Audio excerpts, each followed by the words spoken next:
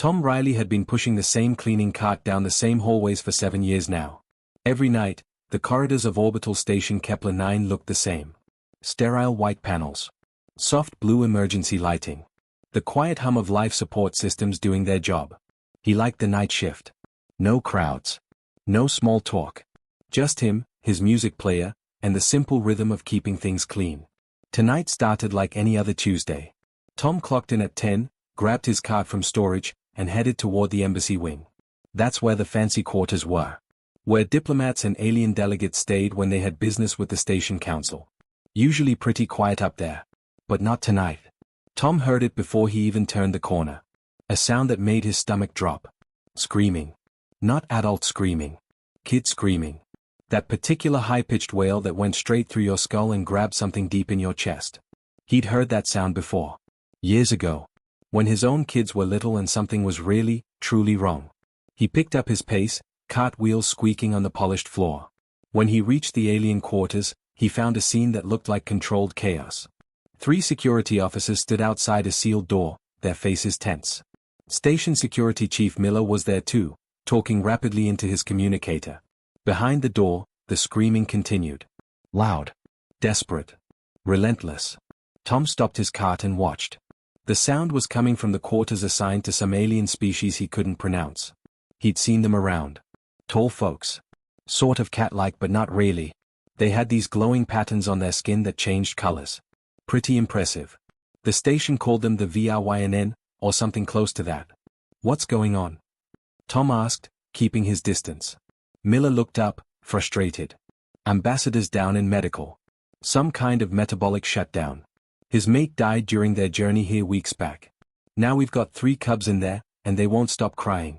Every time we try to approach, they go crazy.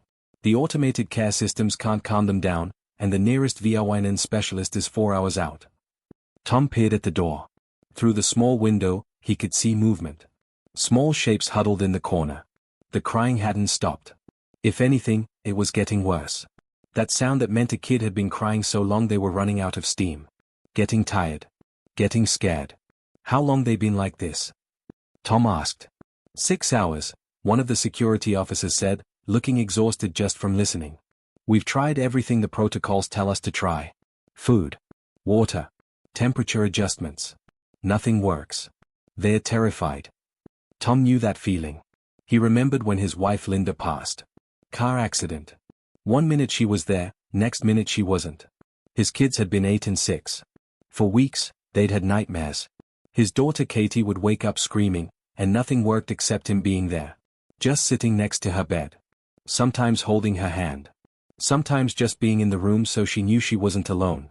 Kids were kids. Didn't matter if they had 2 legs or 4. Didn't matter if they glowed in the dark or spoke a language you couldn't understand. When they were scared, they needed someone. Not something. Not a machine or a protocol or a system. Someone. Tom watched Miller pace back and forth, still talking to someone on his communicator about specialists and protocols and proper procedures. The crying behind the door had changed pitch now. Getting weaker. More desperate. That sound meant they were giving up. Shutting down. Let me try, Tom said. Not loud. Just clear. Miller stopped pacing. What? Let me in there. Let me try. Mr. Riley, those are VRYNN cubs. They're considered a dangerous species. Those claws aren't just for show. The regulations clearly state. I raised 2 kids by myself for 12 years, Tom interrupted. I know what scared sounds like. And those kids in there? They're not dangerous. They're terrified. Miller started to protest again, but Tom was already stepping toward the door controls. One of the security officers moved to block him, but Miller held up a hand. You go in there, it's on you, Miller said. Anything happens, I've got 3 witnesses that say I warned you. Tom nodded. Fair enough. His hand hovered over the door release for just a second. Behind that door were 3 alien kids who'd lost everything. Their mom was gone. Their dad was unconscious in a hospital bed. They were alone in a strange place where nobody spoke their language and everything smelled wrong and felt wrong and sounded wrong. Yeah. Tom knew exactly how that felt. He pressed the button. The door slid open with a soft hiss. The crying got instantly louder. Tom took a breath, stepped through, and let the door close behind him. The first thing that hit Tom when the door sealed behind him was the sound. Inside the room, without the dampening of the walls, the crying was almost physical. It pressed against his ears and made his head throb. 3 small shapes huddled in the far corner, their bodies pressed together, and they were making a noise that no translation software could properly capture. It was raw fear. Tom's instinct was to move toward them. To help. But he'd learned a long time ago that scared things don't want you rushing at them. He'd learned that from a stray dog that used to hang around his old apartment building. The more you chased it, the more it ran. But if you sat down and waited, eventually curiosity won over fear. So Tom Saturday. Right there on the floor, about 15 feet from the cubs. He didn't move toward them. Didn't reach out. Didn't make any sudden gestures. He just folded his legs and made himself as small and unthreatening as a 6-foot human could manage. The cubs went quiet for maybe 3 seconds. Just long enough to process this new weird thing that had entered their space. Then the hissing started. It was a sound like steam escaping from a pipe, but with a growl underneath it. The 3 of them spread out slightly, making themselves look bigger. Their small claws extended, maybe 2 inches long, curved and sharp. Their glowing patterns flashed bright red. Tom could see them clearly now. They stood on 4 legs, about the size of medium dogs, but their body structure was different. More flexible. Their faces were almost cat-like but flatter. And those patterns on their skin, the bioluminescent markings, were pulsing fast and angry. He didn't need a translator to know what that meant. "Okay," Tom said quietly, not expecting them to understand the words. "Okay. I hear you. You're scared. That's all right." The hissing continued. The largest of the 3, probably the oldest, stepped forward slightly. Protective. Tom recognized that too. His son Jake had done the same thing when they were kids. Always putting himself between his little sister and anything that might be a threat. Even when the threat was just the neighbor's loud dog or a stranger at the grocery store. Tom didn't move. He just sat there, watching them, letting them watch him. And then he started to hum. No words. He didn't know any words they'd understand anyway. Just a melody. An old song Linda used to sing when the kids couldn't sleep. He couldn't remember all the words anymore, but the tune was burned into his memory. Slow. Steady. Repetitive. At first, nothing changed. The cubs kept hissing, kept their defensive positions. But Tom noticed the smallest one's ears, or whatever counted as ears on a VR winner, they twitched. Rotated slightly toward him. Still scared, but listening. Tom kept humming. Same tune. Over and over. His voice wasn't great. Never had been. But it was calm. It was steady. It was something that wasn't a threat. The smallest cub stopped hissing first. Its mouth closed, though its body stayed tense. The glowing patterns on its skin shifted from angry red to a flickering orange. The other 2 noticed and glanced at their sibling, confused maybe, but still on guard. While he hummed, Tom looked around the room. The place was a mess. Food packets scattered on the floor. Water spilled near what looked like a sleeping area. And it was cold. Not freezing, but definitely cool. The temperature display on the wall showed 62 degrees. Tom remembered reading somewhere in the station manual that different species had different environmental needs. These cubs were huddled together partly for comfort, sure, but also for warmth. Their home planet was probably a lot hotter than what the station's default settings provided. Moving slowly, still humming, Tom reached for the environmental controls on the wall panel near him. The cubs tensed, watching his every movement. He tapped the temperature up. 70 degrees. Then 75. Then 80. He watched their reaction. At 85, the smallest cub's body relaxed just a little. Tom pushed it to 90 and left it there. The change wasn't immediate, but within a couple of minutes, Tom could see the difference. The cubs weren't shivering anymore. That desperate edge to their body language softened slightly. Next was food. Tom could see the packets on the floor. Standard nutrition units. The kind the station dispensed for most species. Technically edible. Technically balanced. But completely joyless. He tried one once out of curiosity and it had tasted like cardboard mixed with vitamins. Tom picked up one of the packets, moving slowly, keeping his body language open and non-threatening. The cubs watched him but didn't hiss. He tore open the packet and looked at the contents. Some kind of protein gel. It was cold. Right out of the dispenser, straight onto the floor. No wonder they weren't eating. He held the packet between his hands, warming it. The station air might be 90 degrees now, but the food was still cold. He rubbed his palms together, generating friction, letting his body heat transfer to the packet. It took a couple of minutes. The cubs watched, fascinated maybe, by this strange ritual. When the packet felt warm, Tom set it down on the floor between himself and the cubs. Then he slid it slowly toward them, keeping his movements visible and predictable. The packet stopped about 3 feet from their position. The oldest cub snarled. Low and warning. Don't come closer. This is our space. Tom pulled his hand back and returned to his sitting position. He kept humming. Kept waiting. Hunger is a powerful motivator. Tom knew that from experience. You can be scared, but eventually, your body demands fuel. The smallest cub crept forward first. One careful step. Then another. Eyes locked on Tom, ready to bolt at any sudden movement. Tom stayed perfectly still. Just humming his quiet tune. The cub reached the packet. Sniffed it. Then took a tiny, cautious bite. Its eyes widened slightly. The warm food clearly tasted better than the cold packets they'd been ignoring. It took another bite. Then another. Faster now. The other two watched. Then hunger overrode caution. They moved forward together, joining their sibling at the packet. All 3 eating. Their desperate cries had faded to soft whimpers between bites. Tom smiled. Small victory. But a victory nonetheless. Tom had lost track of time. The room had no windows, and his watch had died sometime during the 2nd hour. He'd warmed 4 more food packets. He gathered every blanket and soft material he could find in the living quarters and piled them into something that looked like a nest. It reminded him of the blanket forts his kids used to build in the living room on rainy weekends. The cubs had slowly, carefully, moved closer to him. The smallest one was the bravest. After eating, it had inched forward until it was almost touching Tom's leg. Then it had simply collapsed there, exhausted from hours of crying. The middle one had followed soon after, curling up against Tom's other side. Their body heat was intense, like having heating pads pressed against him, but Tom didn't move. Didn't want to break whatever fragile trust had been built. The oldest cub, the protective one, still kept its distance. It sat about 5 feet away, watching Tom with those large eyes that seemed to catch and reflect the dim room lighting. Every time Tom shifted position, even slightly, those eyes tracked the movement. Guardian. Protector. Not ready to trust yet, but not attacking either. Tom had started talking to them. Quiet, calm words about nothing important. He told them about his kids.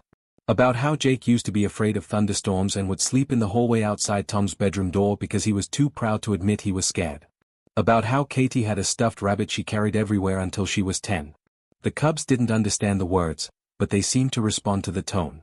The rhythm of human speech. The sound of someone just being present.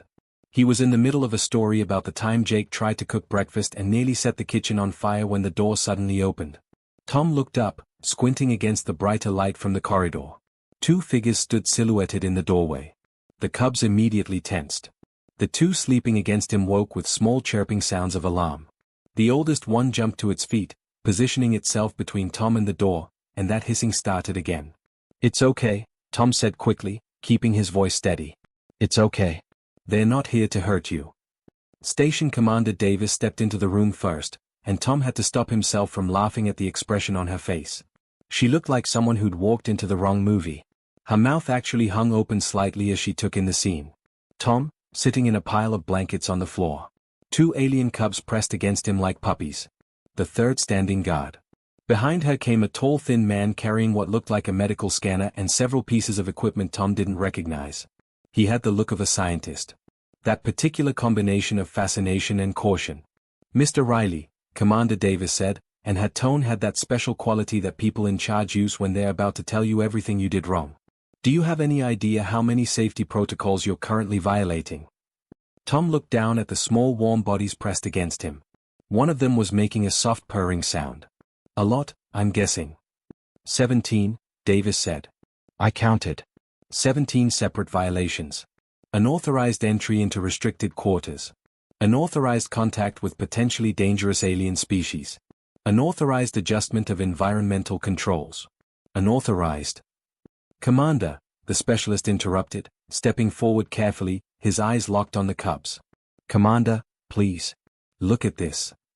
I am looking at this, Dr. Phillips. I'm looking at a janitor who decided station regulations don't apply to him. No, really look. Phillips moved slowly, keeping his movements visible. The oldest cub growled low, but didn't attack. These cubs have bonded with him. Do you see the way they are positioned? The body language? The bioluminescent patterns. Tom looked down. The glowing markings on the two cubs beside him were pulsing in slow, steady rhythms. Not the angry red from before. A soft blue-green. Almost peaceful. Early-stage crisis bonding, Phillips continued, his voice filled with something like awe. I've only read about this in VRYNN psychological journals. When cubs experience severe trauma and find a source of stability, they can form an immediate attachment bond. It's a survival mechanism. That's wonderful, Davis said flatly. But it doesn't change the fact that. The oldest cub made a sound. Not a hiss or a growl. Something else. It was looking directly at Davis, and the translator unit on Phillips's equipment suddenly crackled to life. The mechanical voice was flat and emotionless, but the words were clear. The soft one stays. Everyone froze. Tom felt the cubs pressed against him shift closer, and he instinctively put his hands on their backs. Steady. Protective. Did that cub just? Davis started. That's the first coherent speech they've produced since the crisis began, Phillips said, typing rapidly on his datapad. The translator couldn't get anything before because they were too distressed. But now. The soft one stays, the cub repeated, more insistent this time. Davis closed her eyes and pinched the bridge of her nose. Tom recognized that gesture. He'd done it himself plenty of times when his kids were being particularly stubborn about something. It was the universal sign of someone realizing their carefully planned day was about to go completely sideways. Dr. Phillips, she said carefully. What happens if we separate them now? Phillips looked uncomfortable. Psychological damage. Possibly severe. The cubs have already experienced the loss of their mother and the sudden incapacitation of their father. If we remove their new attachment figure, especially this soon after the bond has formed, we could be looking at complete emotional shutdown. They might stop eating entirely. Stop communicating. So what you're telling me, Davis said slowly, is that our night shift janitor has accidentally become essential to the psychological well-being of 3 alien dignitaries' children. That's exactly what I'm telling you. Tom tried to stand up, moving carefully so he wouldn't disturb the cubs too much. Look, I can stay a bit longer if. Both cubs that had been sleeping against him immediately started making distressed sounds. High-pitched and urgent.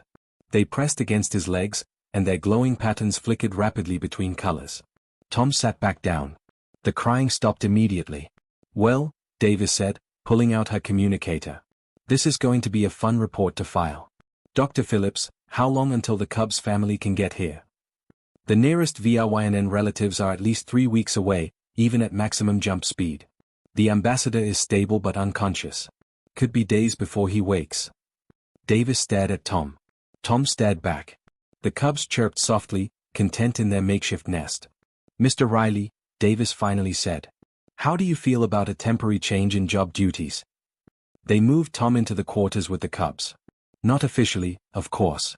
Officially, he was on temporary specialized assignment pending resolution of diplomatic situation. Unofficially, everyone on the station knew Tom Riley the janitor had somehow become a babysitter to 3 alien kids, and nobody quite knew what to do about it. The first 24 hours were the hardest. Tom thought he'd known tired. He'd worked double shifts. He'd stayed up all night when Jake had the flu and wouldn't stop throwing up. He'd powered through on 3 hours of sleep more times than he could count. But this was different. This was a whole new level of exhausted. The cubs didn't sleep like humans.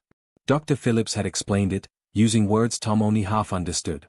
Something about their natural sleep cycles being polyphasic, which apparently meant they slept in short bursts throughout the day and night instead of one long stretch. 20 minutes asleep. 40 minutes awake. An hour asleep. 2 hours awake. No pattern. No predictability. Just chaos. Every time Tom started to drift off, one of them would wake up. And if one woke up crying or scared, the other 2 would wake up too. It was like having newborn triplets, except these newborns had claws and occasionally forgot that human skin was softer than their own. Dr. Phillips kept coming by with new information. The cubs needed specific minerals in their diet. Calcium, but not the kind humans used. Something called xelthium that the station had to synthesize specially. They needed their sleeping area at exactly 92 degrees. Not 90, not 95. 92. Their skin was sensitive to certain types of light, so Tom had to adjust the room's illumination 3 times before he got it right. And then there was the communication issue. VRYNN cubs didn't just use sound. They used those glowing patterns on their skin like a second language. Happy was blue-green and steady. Scared was red and flickering. Hungry was yellow and pulsing. But there were dozens of other patterns Tom couldn't figure out without help. The station provided him with a special visor, a clunky piece of equipment that looked like old virtual reality goggles. It was supposed to translate the light patterns into words he could understand. Supposed to. Half the time it just gave him error messages or translations that made no sense. The small one expresses coastal feelings. What the hell did that even mean? But Tom learned. Not from the visor. From watching. From paying attention. The smallest cub, the one Tom had started calling Pip in his head because he needed some way to tell them apart, would do this little spiral pattern on its back when it wanted to be picked up. The middle one, who Tom thought of as Patch because of an irregular spot in her markings, would go very still and dim when she was about to have a nightmare. And the oldest, the protective one Tom called Striker, had this way of checking things that reminded Tom so much of Jake it hurt. Striker checked everything. Every door. Every window. Every seal and vent and corner of the room. Before the cubs would settle down to sleep, Striker had to make a complete circuit. And not just once. Tom counted. 17 times. Exactly 17. Every single time. Door, window, vent, corner, door, window, vent, corner. Over and over. If Tom tried to hurry it along or suggest maybe 16 times was enough, Striker would start the count over from the beginning. Dr. Phillips said it was trauma response. Cubs who'd lost a parent often developed obsessive safety behaviors. Tom just called it what it was. Striker was scared the universe would take something else away, so he was trying to control what he could. Tom got that. After Linda died, he checked the locks on all the doors every night for a year. Made sure the smoke detectors had fresh batteries every month. Called his kids 3 times a day when they were at school just to hear their voices. You couldn't logic away that kind of fear. You just had to ride it out. Patch's nightmares were worse. She'd be sleeping fine, curled up in the nest, and then suddenly she'd start thrashing. Her patterns would strobe bright and chaotic. She'd make these sounds, not quite crying, more like distress calls. The first time it happened, Tom had panicked, thinking something was physically wrong. But Dr. Phillips had explained. Night terrors. Common in traumatized young. The only thing that helped was Tom's hand on her back. Just resting there. Steady pressure. Warm and present. Within a minute, the thrashing would stop. The patterns would calm. She'd settle back into sleep like nothing had happened. Tom had done the same thing for Katie when she was small. Some things were universal. And Pip, the smallest, just wanted to be held. All the time. Even though VRYNN cubs weren't usually carried after a certain age. Even though Dr. Phillips said it might slow down Pip's independence development. Tom didn't care. The kid wanted to be held, so Tom held him. Simple as that. He carried Pip around the quarters while doing everything one-handed. Warming food. Adjusting blankets. Checking the environmental controls. Pip would wrap his 4 legs around Tom's torso and just hang there, purring that soft rumbling sound, and Tom's back would ache but he didn't put him down. Word got around the station fast. Humans were terrible gossips, and apparently that trait extended to every other species too. By day 3, Tom started getting visitors. Not official ones. Just people showing up at the door with things. A crew member from the Zenthi delegation, a species that looked kind of like 7-foot-tall birds, brought 3 smooth stones that radiated heat. She didn't speak much standard, but she gestured at the cub's nest and then at the stones. Tom placed them in the corners of the sleeping area, and the cubs immediately gravitated toward them. Better than heating elements. Natural and warm. 2 days later, one of the Corvin showed up. They were the reptilian species, usually kept to themselves, kind of intimidating with their scaled skin and cold eyes. This one was carrying a container of something that looked like raw meat but smelled spicy. He set it down just inside the door and left without a word. Dr. Phillips analyzed it later and confirmed it was perfectly safe. Some kind of protein the Corvin hunted on their homeworld, prepared exactly the way young carnivores needed it. The cubs devoured it. A human engineer Tom had never met brought toys. Simple things. Balls that bounced. Soft fabrics in different textures. A puzzle made of interlocking shapes. The woman just smiled and said she had kids back home and knew how hard it was. Nobody made a big deal about it. Nobody gave speeches. They just saw someone struggling to take care of kids and decided to help. Species didn't seem to matter much when it came to that. 3 weeks. That's how long it took for the VRYNN family to arrive. 21 days of broken sleep, mineral supplements, temperature adjustments, and learning to read emotions in glowing patterns. 21 days of Tom living in those quarters, barely seeing the outside, becoming part of a strange little family that shouldn't have worked but somehow did. Tom had lost weight. He could feel it in how his uniform hung loose around his waist. His face looked different in the mirror, older somehow, with dark circles under his eyes that no amount of sleep could fix. Not that he was getting much sleep anyway. He'd maybe managed 4 solid hours in the last week. His back hurt from sleeping on the floor. His hands had small scars from the time Striker's claws had accidentally caught him during play. He smelled like the cubs, that weird spicy sweet scent that VRYN gave off. But the cubs were thriving. That's what mattered. Dr. Phillips had been documenting everything, amazed at their progress. Striker was talking more, trying to learn human words even though his mouth wasn't built for them. Tom came out sounding like Tom with a weird clicking sound at the end. Food was fooder. The cubs thought it was hilarious when Tom tried to teach them earth animal names. Dog was impossible. Cat came out as something that sounded like a sneeze. Pip had started exploring. Not far, never more than a few feet from Tom, but he'd actually put himself down and walked around on his own. Played with the toys the engineer had brought. Even tried to climb on the furniture, though his legs were still a bit wobbly. And Patch. Patch had started teaching. A human kid from the station, daughter of one of the dock workers, had been allowed to visit under supervision. Her name was Beth, and she was maybe 6 years old with missing front teeth and more curiosity than sense. Patch had been nervous at first, hiding behind Tom's leg. But then Beth had asked about the glowing patterns, and something clicked.